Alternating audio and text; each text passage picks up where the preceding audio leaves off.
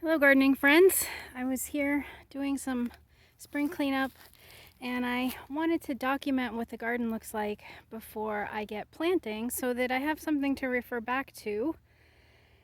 It's always fun to see how far you've come. So I figured I'd take you guys along for the journey and show you what we're starting with. So right here you can see a marker for row number 1. Obviously there is no row there. That's because I am waiting on a delivery of compost. We will have a row here, a row here. We've already started with that compost. And this will be a new row this year too. We put that compost down in the fall. You're looking right here at a pickup truck load worth of compost. So it doesn't go very far. So I'm getting 20 yards delivered. I figured go big or go home. We'll see how that goes. There's going to be another row in here, which will be new. So that will expand the growing area by about 25%, maybe 20%. So I'm looking forward to that.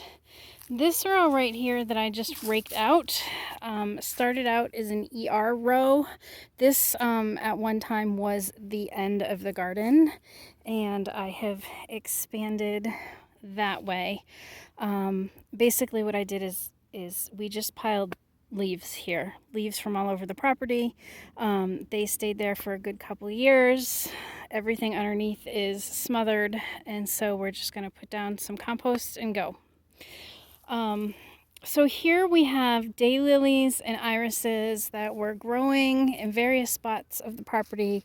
They were not blossoming because they were too crowded, and so I just kind of put them in here as an ER spot to hold them. And this I think will be the 3rd year here, so I really need to get rid of them because I need growing area. You can see we've got a tarp back there.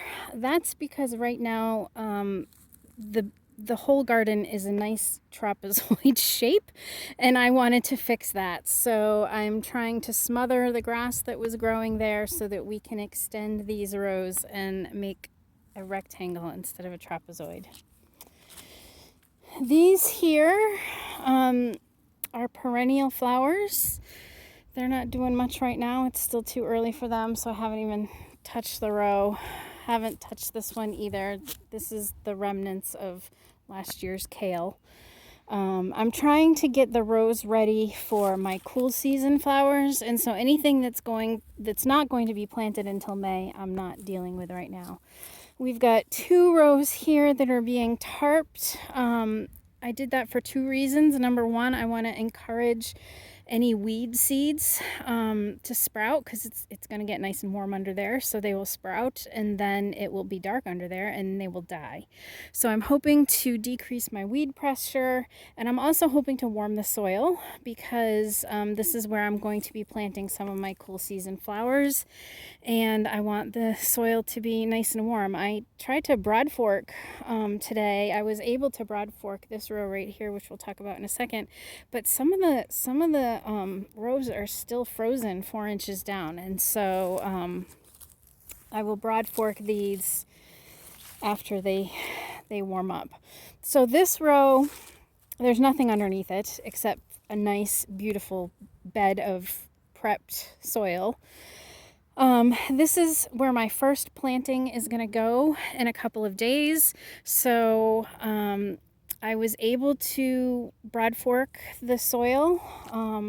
I do that because I do not till. I'm trying to be no-till, and so that just kind of aerates the soil without disturbing all of the microbes. And so I prepped the bed. It's nice and flat and fluffy and ready to go. I put the remake covering on because that is going to act as an insulator, and that will also warm the soil so that when it comes time for me to plant my cool flowers, roots will be nice and warm in the soil and they won't be shocked. This is where snapdragons are going to grow. I fall planted some of them because they're supposed to be winter hardy in our zone. Unless they come back from the roots, I'm going to say that was a failed experiment, but we'll see. I haven't given up hope yet. So again, we just have rows of nothingness. You can see that I covered most of them with shredded leaves through the winter so that we wouldn't have bare soil. And once I'm able to get the broad fork in, I will start doing all of these rows.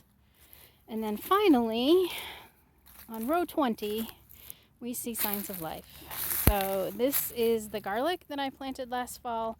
It started to poke through, and today I raked all the leaves off to warm the soil and get them a good start. And row 21 and 22 are all daffodils. Maybe you can see them poking through. I don't know how good the camera is, but they have started to poke through. I raked the leaves off of those beds as well. And I'm just going to leave the leaves in the pathway because this, I think, is the 4th year that I've been growing in this space, and every year we mulch the pathways, and finally we're getting to the point where there's very little weed pressure in the walkways, which is great.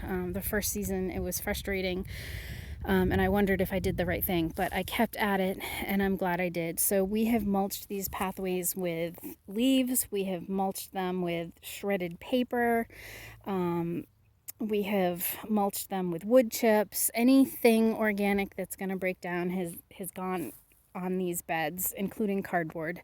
And so it's working out well. This row, actually these 2 last rows are perennials, most of which I got it on clearance for ridiculously cheap prices last year. And so this will be my first year, having them in the garden while they bloom. And it's going to be an experiment to see if they are bouquet worthy and get to stay, or if they are not bouquet worthy and they will be passed on. These 3 rows right here are these 3 trees are dwarf mulberries. I got them years and years ago. They have never once flowered.